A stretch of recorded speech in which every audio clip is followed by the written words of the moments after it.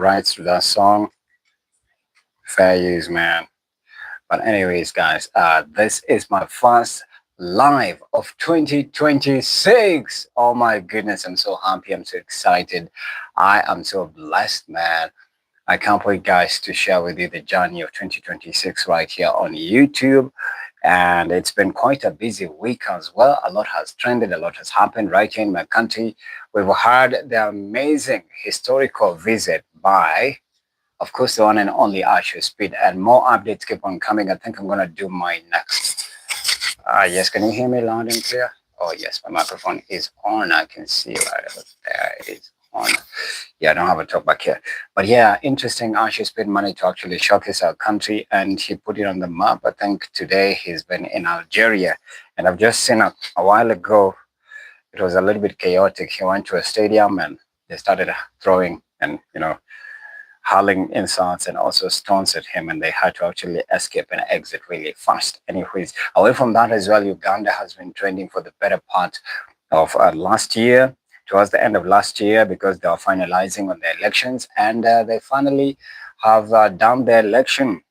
This is the seventh election, and fortunately or unfortunately, um, that is Bobi Wine, whose real name is Robert Kyagulanyi, lost it to still Museveni, who has been in power for over 4 decades, literally since the independence. Museveni has been in power, and he's again secured it. He has secured it. He still has secured it. So it's crazy. It's crazy. It's crazy. And let me just update it from this side. Yeah, let me go to Al Jazeera. I think Al Jazeera is the best. The best, the best, the best. It says Uganda's President Yoweri Museveni has been re-elected to a seventh term, the country's electoral commission has announced. Right, it says Museveni, who is now 81 years old, won with 71.65% of the vote, the commission said on Saturday. And then there's a recommended as well, including Uganda'S Bobi Wine says escaped on a house raid amid disputed vote. At least 7 people were killed overnight in Uganda after a tense presidential election. All right, now Thursday's election also unfolded amid a nationwide internet blackout that drew widespread criticism.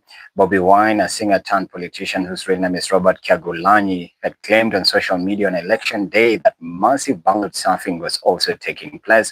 Bobi Wine said earlier on Saturday that he had escaped a police and army raid on his house. Currently, quote unquote, he said he's not at home, although his wife and other family members remain under house arrest. He knows that these criminals are looking for him everywhere, and he is trying his best to keep safe. This has actually been the order of the day in Uganda. And Museveni, who had been in power since 1986, oh my gosh, this is like maybe around 8 years before I was born, you know. Museveni, yes, has been accused of overseeing years-long crackdown on his political opponents. He talked about,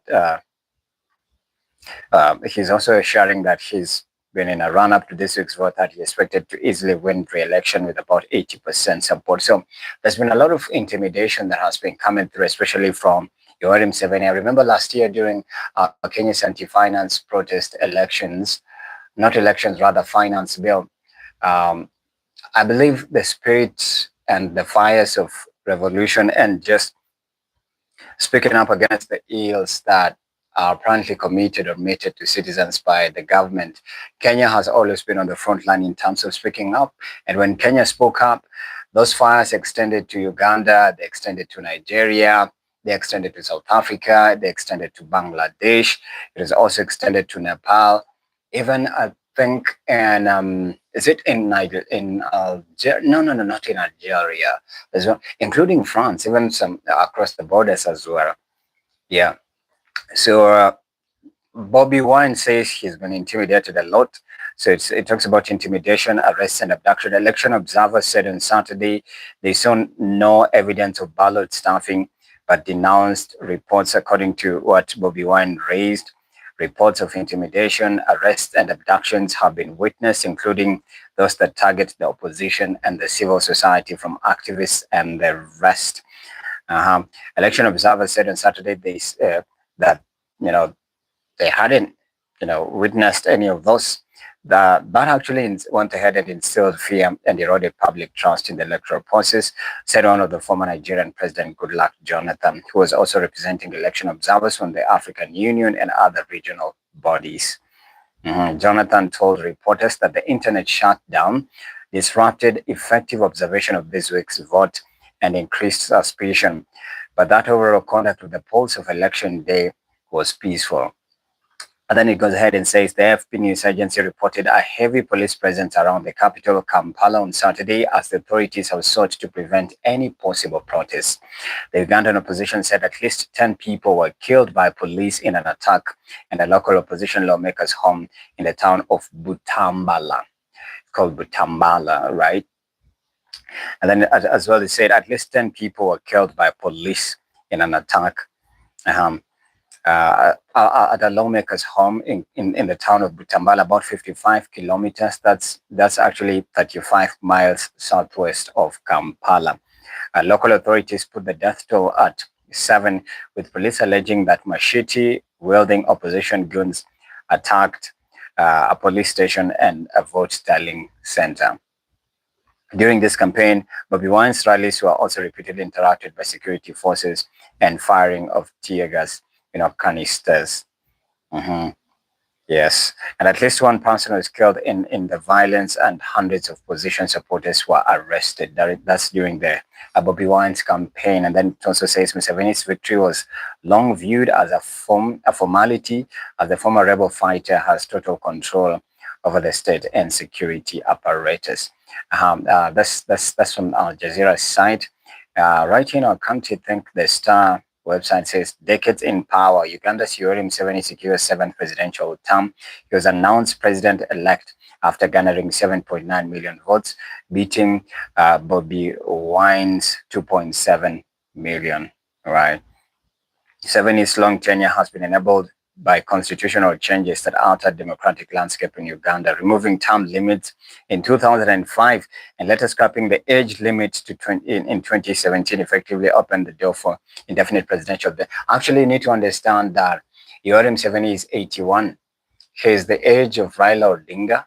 I believe maybe Raila Odinga was just recently passed on last year, and the age of Joe Biden as well, who is also 81 or 82. Yes, and Donald Trump is 79. So they're just in the same age bracket. But then sadly is Yoweri Museveni has been in power now close to almost a decade. This is his 7th term. And sadly, like I've just updated right here, it talks about the constitution actually was amended through subsequent political developments and reforms that enables a leader to stay in power until they get tired. By the way, I even forgot, do you know that Uganda is a kingdom? It's called the Buganda Kingdom.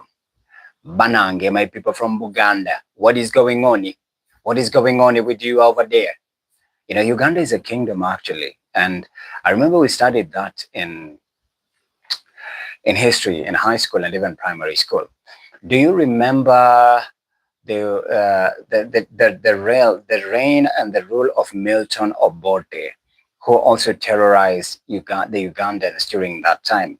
And interestingly, it's Yoweri Museveni who actually did away with that, guerrilla. I think it was the guerrilla. They used something called the guerrilla tactic, skill in warfare to terrorize people and just, take over the whole entire country. It was some sort of like a colonialism kind of, leadership operandi, but it ended up being settled, I believe in 1986 or 1989 by still, who's now currently in power, Yoweri Museveni Kaguta. So Uganda has been in chaos, but for a very long time, Ugandans have been hopeful and super forward and forthright that maybe things could change with Bobi Wine, but it just turns out it's been mayhem on top of mayhem.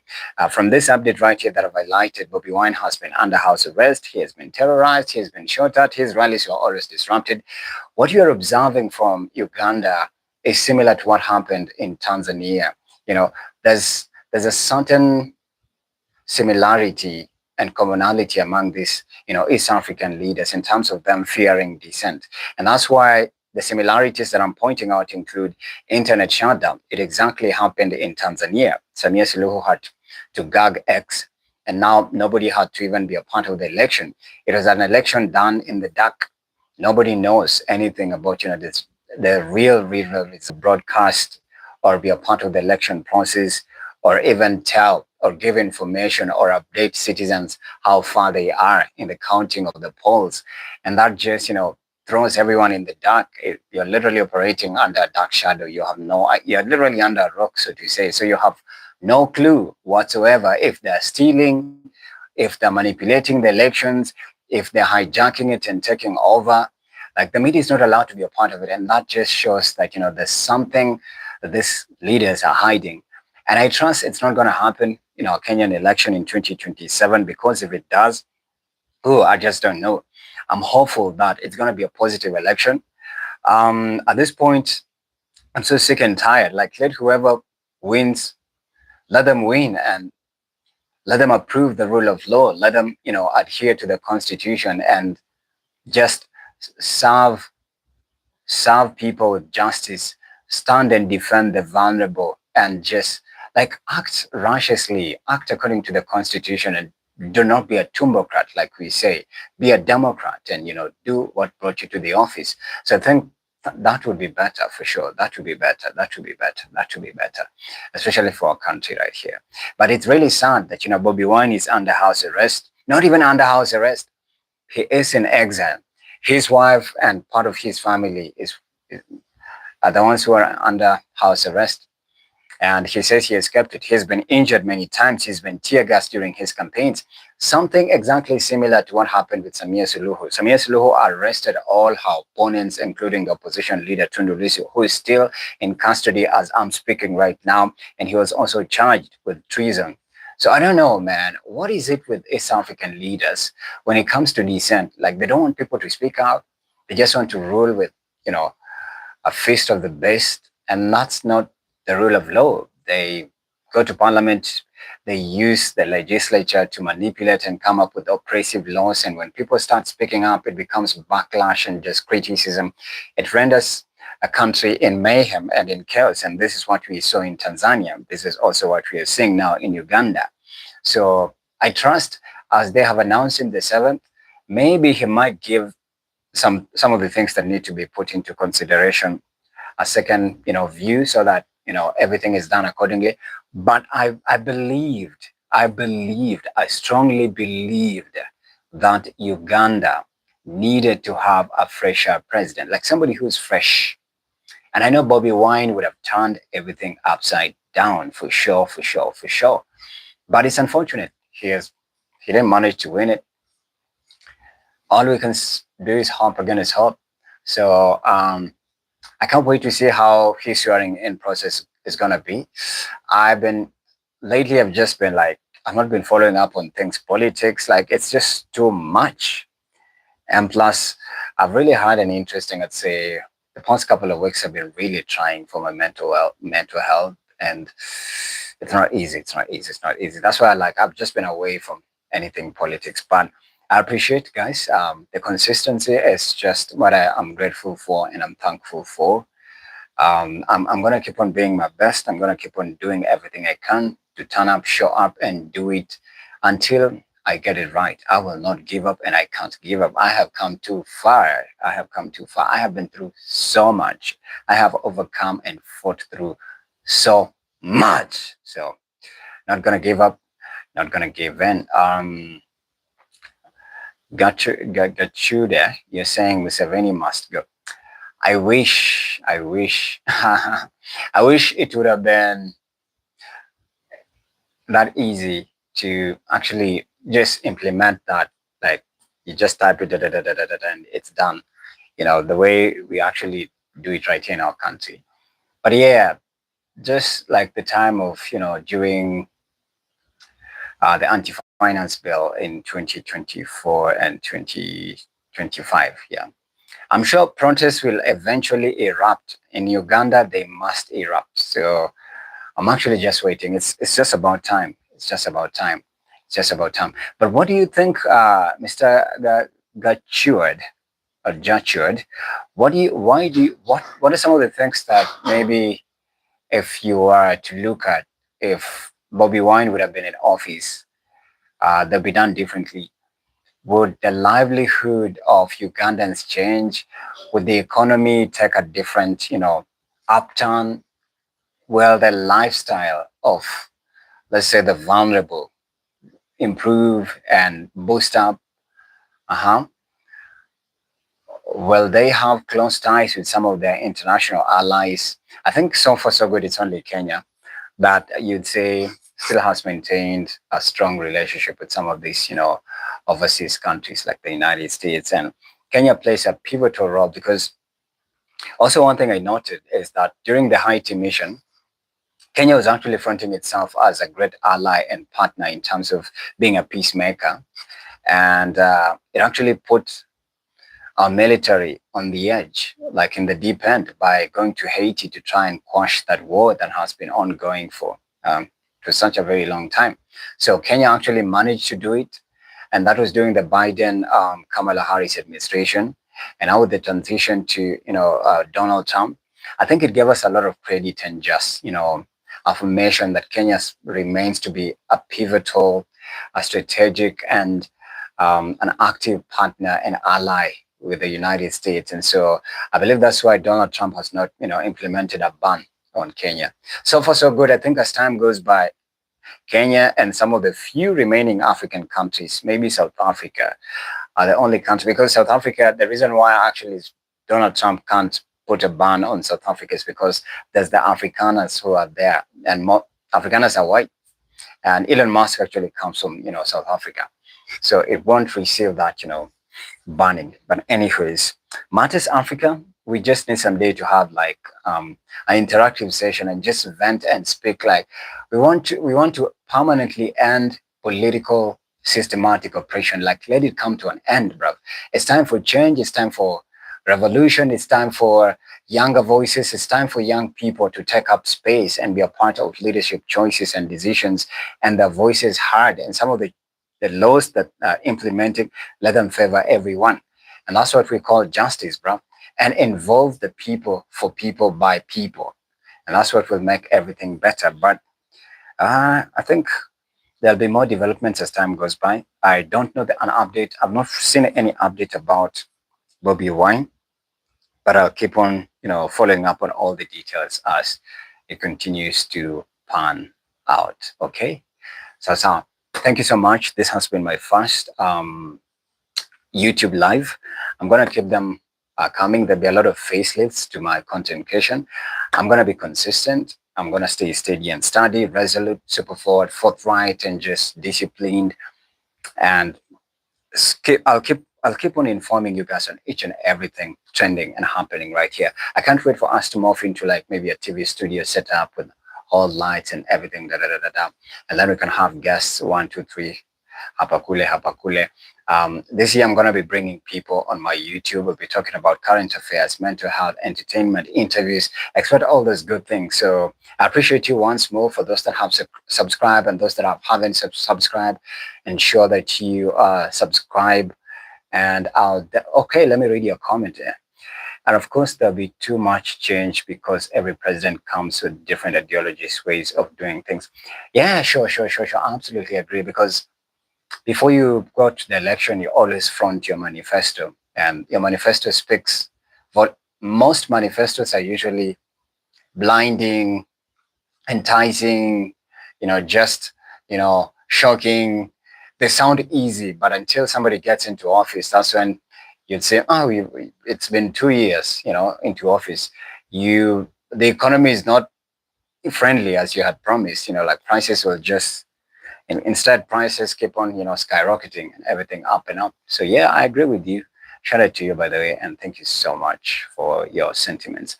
So guys, I have come to the end of this stream. It's 10:40 right here in East Africa, Nairobi, Kenya. It's time for me to join a couple of my friends, and we're gonna call it a night and a day. I will absolutely see you tomorrow in my next upload. So happy New Year. Enjoy guys, have a blast. Ensure that you take care of yourself. Like I said, my mental health has been really on the edge in the last couple of several weeks. I think I'll try to do content about it, and Yeah, and just maybe look at some of the things I've been working on. Because I remember there's a time, but a true story. There's a time I was admitted in hospital for attempted suicide. Um, it's a deeply cutting and slicing story, but I will get to it. But I will get to it. Yeah, but okay. So I was admitted in hospital for attempted suicide.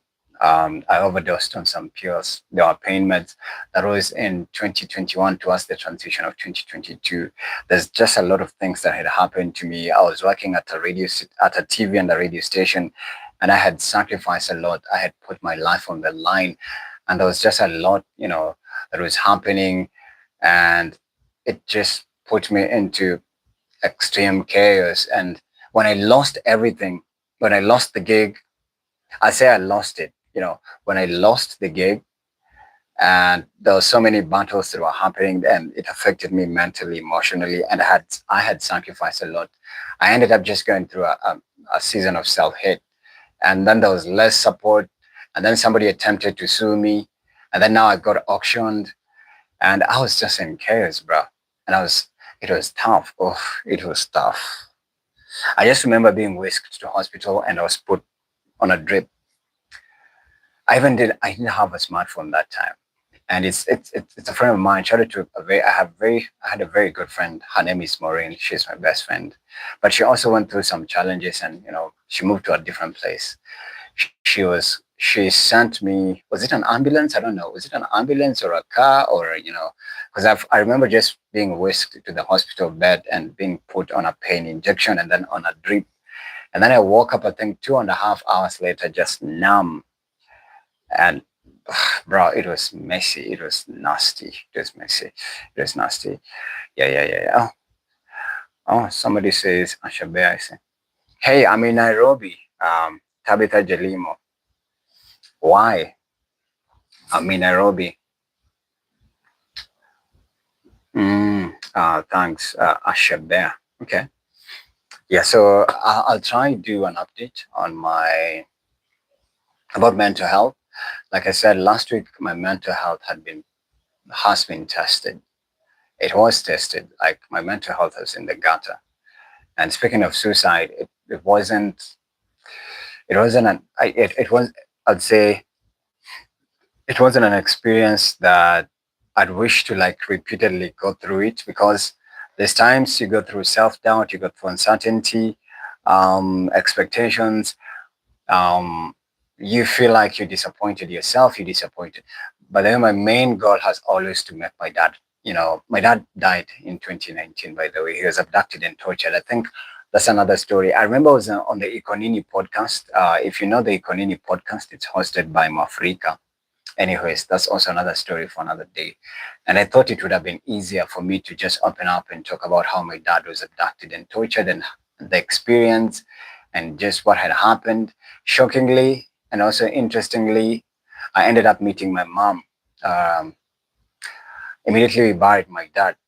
My mom, who I never met for over 20 plus years, I had no idea about her. Nobody ever told me anything. All the stories that I used to hear about my mom were shameful stories that just used to, break me. So I was always ashamed, for real, for real, for real. I was always ashamed because the stories I heard is that my mom rejected me when I was 5, and it used to break me, because I remember being in boarding school, and then, during visiting days, you wish that your mom would be there. I was taken to boarding school, but they're in class 4 or 5 year. Shout out to Fountain Gate. It's also a story for another day. So just the sadness, the shame, and the loneliness, I always felt like I was a burden. I was a burden child, and that actually, I grew, and let me tell you something.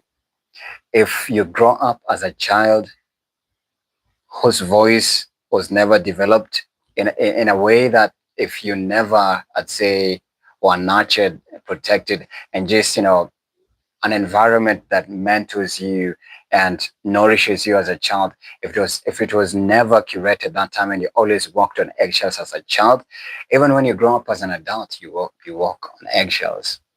And that's why when I started actually seeking psychosocial help, there's some things that actually I managed to heal from. I had extreme anger issues. I had extreme rage. I'd be extremely triggered. I used to fight people. I used to be like verbally abusive. If you do me wrong, I'm fighting you. I'm hiring gangs to come shoot you. Like, I was just a broken dude. I used to fight people even in public spaces, and I'd quickly disconnect from people the moment they tell me about, you, for example, like we're having a conversation and then you start talking to me about your mom and though your mom is supportive. I used to feel like my mom never wanted me. She rejected me and, you know, I was not her priority as a child.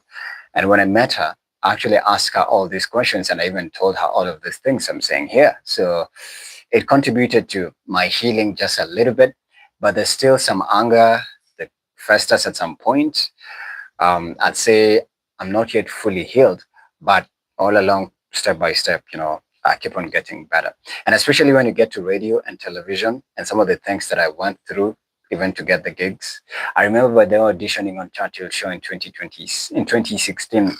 I was with Sami Kioko, actually. We were among I think the first lot that auditioned on Churchill, but I never made it as a comedian. I remember I had graduated that time with my diploma and I was doing campus radio. So I was doing each and everything I could to ensure that I make my dad proud. And I also get to, radio